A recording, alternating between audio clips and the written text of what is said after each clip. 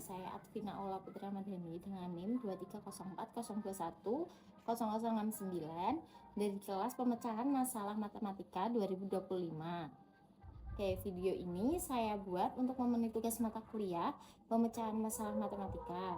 Tujuan saya dalam penjelasan kali ini untuk memberikan pemahaman dasar mengenai apa itu masalah dalam matematika dan bagaimana kemampuan pemecahan masalah dikembangkan serta mendemonstrasikan langkah-langkah sistematis dan dalam menyelesaikan soal-soal matematika untuk anak tingkat SD atau MI. Sebelum masuk ke contoh soal, kita perlu memahami 4 pilar utama dalam bidang ini, yaitu yang pertama, pengertian masalah. Sebuah soal dapat disebut masalah jika kita tidak memiliki prosedur rutin yang bisa langsung digunakan dalam menyelesaikannya. Jika kita tahu langsung rumusnya, itu hanya latihan. Masalah menuntut tantangan intelektual. Yang kedua, ada kemampuan pemecahan masalah. Dalam proses ini, di mana seseorang menggunakan pengetahuan dan keterampilannya untuk menghadapi situasi baru, seperti kemampuan kita untuk memantau proses berpikir kita sendiri. Yang ketiga, ada kategori soal, ada masalah rutin mengikuti prosedur buku teks, dan ada masalah non rutin memerlukan kreativitas dan strategi dari siswa itu sendiri. Yang keempat, ada langkah-langkah dari Polya. Kita dapat menggunakan 4 tahap, yaitu yang pertama memahami masalah, yang kedua menyusun rencana, yang ketiga melaksanakan rencana, yang keempat adalah melihat kembali atau mengoreksi soal kita itu sudah kita jawab dengan benar atau belum. Ada soal yang pertama, yaitu tentang lampu A yang menyala setiap 5 detik, lampu B yang menyala setiap 6 detik, dan lampu C yang menyala setiap 8 detik. Ketiga lampu dapat menyala bersamaan pada detik yang keberapa? Oke, yang pertama kan kita memahami dulu, ini kita harus mencari apa? Dari ketiga lampu itu kita harus mencari kelipatannya, yaitu kita bisa memakai KPK atau kelipatan persekutuan terkecil, yaitu kita harus mencari faktorisasi primanya terlebih dahulu dari 5, 6, dan 8. 5 yaitu 5 itu sendiri, itu 5, 6 itu 2, 3. 4, 2, 2. Oke, kita sudah dapat faktorisasi primanya dari 5, 6, dan 8. Maka KPK-nya yaitu 2 pangkat 3 kali 3 kali 5 sama dengan 120. Nah, kita dapat KPK-nya yaitu 2 pangkat 3 kali 3 kali 5. Kenapa? Karena ini kan cuma 5. Ini 2 kali 3. Yang ini 2 pangkat 3. Nah, kita dapat KPK-nya yaitu 2 pangkat 3 kali 3 kali 5, yaitu 120. Maka ketiga lampu dapat menyala secara bersamaan pada detik yang ke 120.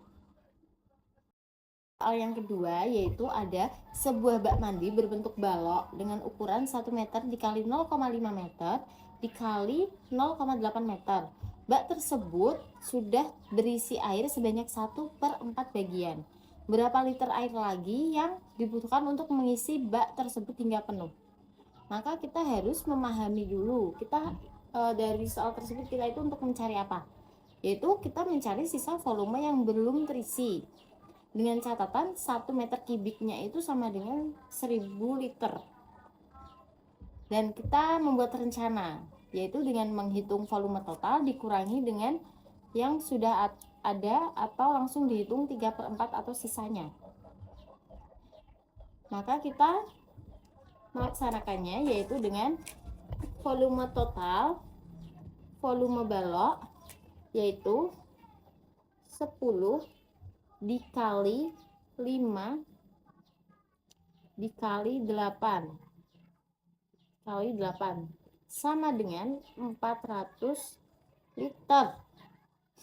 Maka sisa yang dibutuhkan yaitu sisanya yang dibutuhkan tadi berapa? 3/4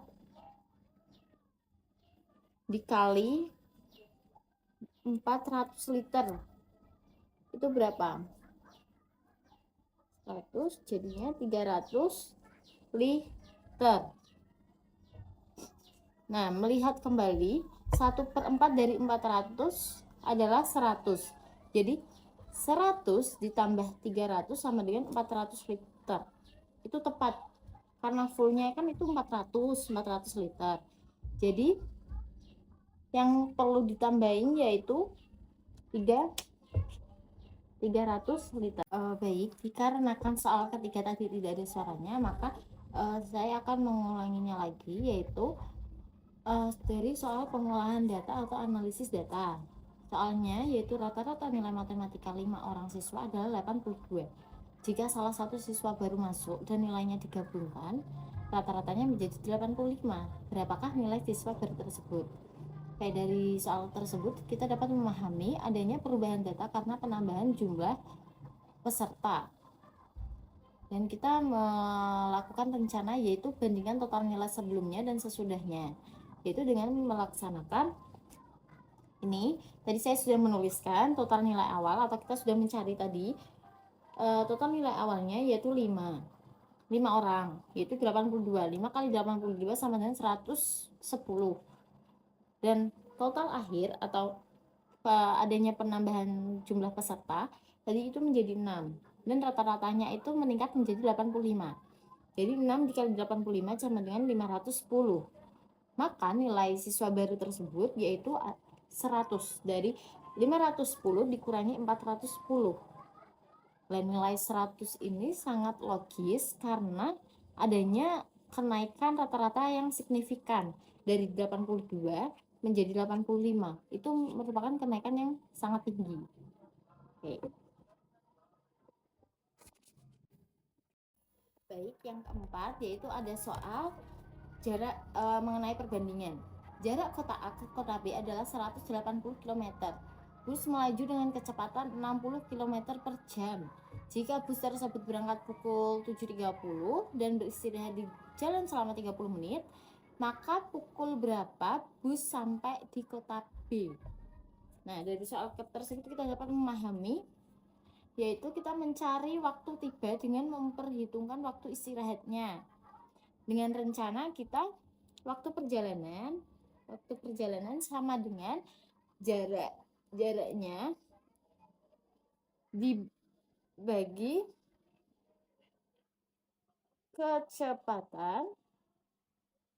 kecepatan ditambah waktu istirahat. Nah, maka kita dapat hitung yaitu waktu murninya yaitu 180 per 60 km per jam ya tadi ya, atau 3 jam. Jadi total waktunya, waktu murninya jarak dibandingkan kecepatan, jaraknya kan tadi 180, kecepatannya kan 60 km per jam, 60. Ini sama dengan 3 jam. Jadi total waktunya 3 jam ditambah 30 menit. Berarti sekitar 3 jam 30 menit.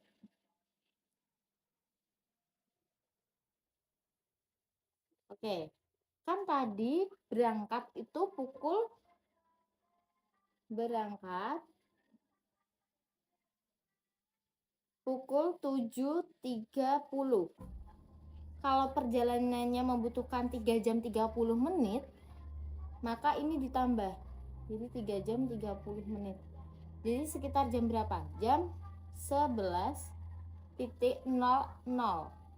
Nah, kita melihat kembali perjalanan 180 km dengan kecepatan 60 km per jam itu butuh 3 jam, ditambah jedanya istirahat, maka bus itu akan sampai ke kota B itu sekitar jam 11.00. Yaitu ada soal tentang materi bilangan atau strategi mencari pola. Soal tersebut yaitu dalam sebuah pesta ada 10 orang yang saling bersalaman satu sama lain. Tepat satu kali bersalaman. Berapa jumlah total salaman yang terjadi? Oke, dalam soal tersebut kita dapat memahami ya, ini merupakan soal tipe yang non rutin. Orang pertama salaman dengan 9 orang dan orang kedua itu salaman dengan 8 orang karena sudah bersalaman dengan orang yang pertama dan seterusnya. Maka kita akan menggunakan pola penjumlahan berurutan, yaitu dari 9 tambah 8, 9 tambah 8 tambah 7 tambah 6 tambah 5 tambah 4 tambah 3 tambah 2 tambah 1. Nah, maka hasilnya ini berapa? 4. Kita jumlah, hasilnya ini 45. Atau rumus cepatnya yaitu bisa menggunakan N dalam kurung N kurangi 1 bagi 2. Seperti itu. Namanya 10. Gini, N itu kan jumlahnya tadi. N kurangi 1 per 2. Gini. Nah, N tadi kan jumlah orang. Jumlah orangnya kan tadi 10. 10 dikurangi 10 kurang 1 dibagi 2. 10 dikali 9 bagi 2. 90 bagi 2 yaitu 45. Ini merupakan strategi mencari pola seperti ini.